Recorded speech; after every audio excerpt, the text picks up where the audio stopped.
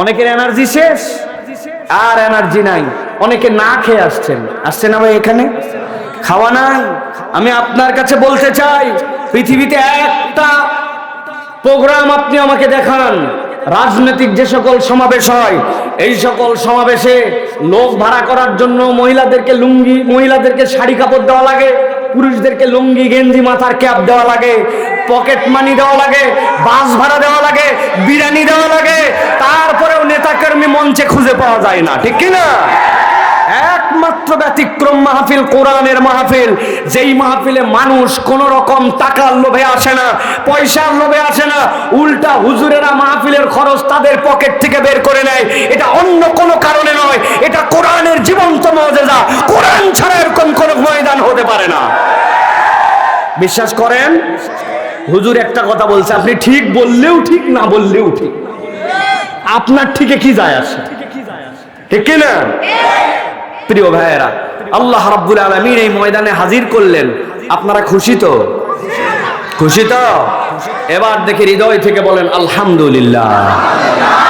যারা বারান্দার উপর আছেন, মেহেরবানি করে কথার সাথে সাড়া দিবেন, মাহফিলের সাথে সম্পৃক্ত হবেন।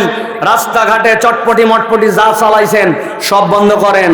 বছরে একদিনের মাহফিল, জানা কথায় আবার বলো, এটা আমার কথা নয়, আল্লাহ বলছেন যে হে রাসূল, আপনি মুমিনদের কাছে জিকির করুন, ফা ইন্না যিকরা, নিশ্চয় এই জিকির, আল্লাহ বলছেন অবশ্যই অবশ্যই বান্দাদের উপকার আনবে। জানা কথার নাম জিকির করা, অজানা কথা নয়। হুজুর এমন একটা ওয়াজ করবেন, হুজুর জীবনে কোনো জায়গায় নাই, এই ওয়াজ করতে করবো আমি ভাই? কোরআনে সব বলা আছে, তাহলে কোরআনের জানা কথাই আপনাকে স্মরণ করাই দেব, ঠিক কিনা? এখানে কোনো দল নাই, মত নাই, এখানে কোনো এমন কথা বলা হবে না ইনশাআল্লাহ। কোন দলকে বাঁশ দেওয়া, খোঁচাখুচি করা, পক্ষ বিপক্ষ নয়। কোরআন থেকে যা আসছে তাই বলার চেষ্টা করব। আমার জ্ঞান সীমিত, এই জন্য যা বলি পড়ালেখা করে বলি। শুনবেন তো ইনশাআল্লাহ? আছেন তো ইনশাআল্লাহ? আল্লাহ রাব্বুল আমিন বলছেন, গভীর মনোযোগে বোঝেন, যদি আপনি কোরআনের কাছে আসেন, কোরআন আপনাকে বিজয়ী বানানোর জন্য আসছে, কোরআন আপনাকে হারায় দিতে আসে নাই। কোরআনওয়ালাদেরকে আল্লাহ জয়ী করবেন, বিজয়ী করবেন। আল্লাহ রাব্বুল আমিন কোরআনুল কারীমের মধ্যে বহু জায়গায় এই কথা বলেছেন। আল্লাহ একটা আয়াতে কারিমার মধ্যে বলছেন, বাল নাকযিফু বিল হাক্কি আলাল বাতিল ফায়াদমাগুহু ফাইদা হুয়া যাহিক ওয়া লাকুমুল ওয়াইলু মিম্মা তাসিফুন। আল্লাহ রাব্বুল আমিন বলছেন, দুনিয়ার মানুষ, বাল নাকযিফু বিল হাক্কি আলাল বাতিল, এই কোরআন হক, এই ইসলাম হক, এইটার কাজ কি? আল্লাহ বলছেন এইটা বাতিলের উপরে আঘাত করবে। কেমন আঘাত? আল্লাহ বলছেন ফায়াদমাগুহু ফাইদা হুয়া যাহিক, যেমন তেমন জায়গায় আক্রমণ করবে না, এইটা আক্রমণ করবে তোমার ব্রেনে, এইটা পরিবর্তন করবে, আঘাত করবে তোমার ব্রেনে। আল্লাহ রাব্বুল আমিন এইটা এমনি এমনি বলেন নাই। দুনিয়ার বুকে একটুখানি উদাহরণ দেখলে আপনি বুঝতে পারবেন, সব জায়গার মারের প্রতিশোধ নেওয়ার সুযোগ আছে, ব্রেনের মারের প্রতিশোধ নেওয়া কঠিন। আপনাদের এলাকায় বাগডোবে দুই ছেলে মারামারি করছে, করার পরে একটা হাত ভেঙে গেছে, হাত গামছা দিয়ে পেঁচায়া নওগাঁ সদর হাসপাতালে নিয়ে গেছে। হাসপাতালে ব্যান্ডিজ ট্যান্ডিজ সব করার পরে বলছে আজকে যাইয়েন না, একটা দিন অন্তত থেকে যান, অপারেশন করা লাগে কিনা, ঠিক মতো জোড়া লাগছে কিনা, আরেকটা এক্সরে করায়, আর পরে আগামীকালকে ছাড়া হবে। হাত ব্যান্ডেজ করে রাত্রেবেলা হাসপাতালে শুয়ে আছে, ব্যথার ইনজেকশন দেওয়ার কারণে ব্যথা একটু কমছে। রাত্রে মনে মনে ভাবতেছে, আল্লাহ যদি সাহেব বাগডোবে একবার ফেরত যায়, হাতটা একবার ঠিক হোক, যেই বেটা আমার এক হাত ভাঙছে, আল্লাহ বাঁচালো দুই হাত। আছে না? আরেকজনের ঠ্যাং ভাঙছে, নওগাঁ মেডিকেল বলছে ডিক্লেয়ার দিতে হবে না, ঢাকা নিয়ে চলে যান। ঢাকা নিয়ে যায়, পঙ্গুতে ভর্তি করছে। পঙ্গুওয়ালারা অপারেশন করার পরে 10টা করে ইট ঝুলায় পায়ের মধ্যে যে টানা দিছে। রাত্রেবেলা ব্যথার ইঞ্জেকশন দেওয়ার পরে একটু ব্যথায় আরাম, ওর ঠ্যাংয়ের অবস্থা খারাপ, কিন্তু শুয়ে শুয়ে ভাবতেছে আল্লাহ খালি ঠ্যাং ভালো করে একবার নিয়ে যাক। যেইটা আমার ঠ্যাং ভাঙছে, ওর বাপের, ওর দাদা বাঁচে থাকলে 3 জনার।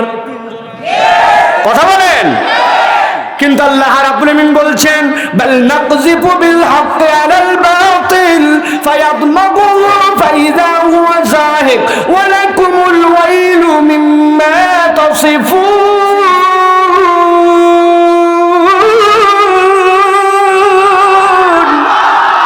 এই দুনিয়ার মানুষ, কোরআনের মার, ইসলামের মার, কোরআনওয়ালাদের মার, এটা যেমন তেমন জায়গার মার নয়, এইটা ব্রেনের মার।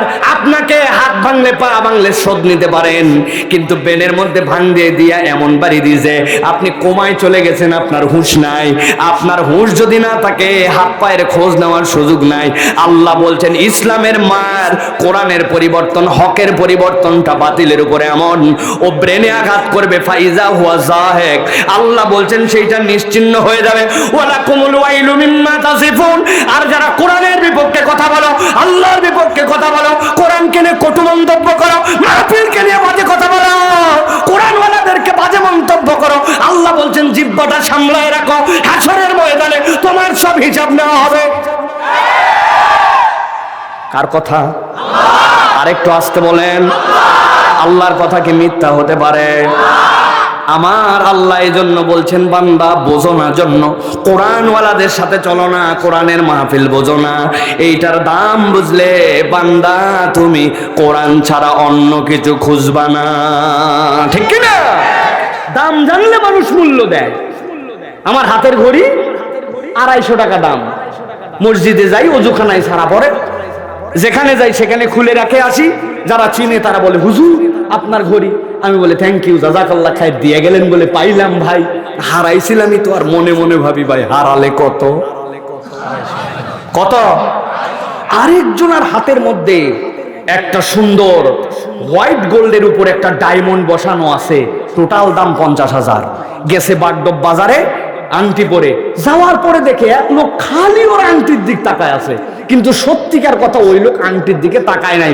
ও বেটা জন্মের থেকে লক্ষ্মী টেরা, এদিকে তাকালে এদিক দেখে, আছে না ভাই?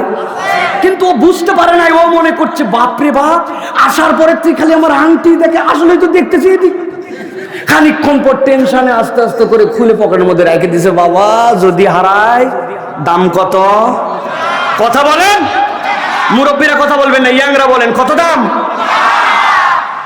তার মানে দাম জানলে মানুষ ওটার মূল্য দেয়, আর দাম না জানলে ওইটার খবর নাই। তা আপনি যদি আপনার নিজের দাম না বোঝেন, আল্লাহ আপনাকে আমাকে হকপন্থী কোরআনওয়ালা বানালেন, তাহলে আপনি মাহফিলের মর্যাদা বুঝবেন কেমনে, ঠিক কিনা?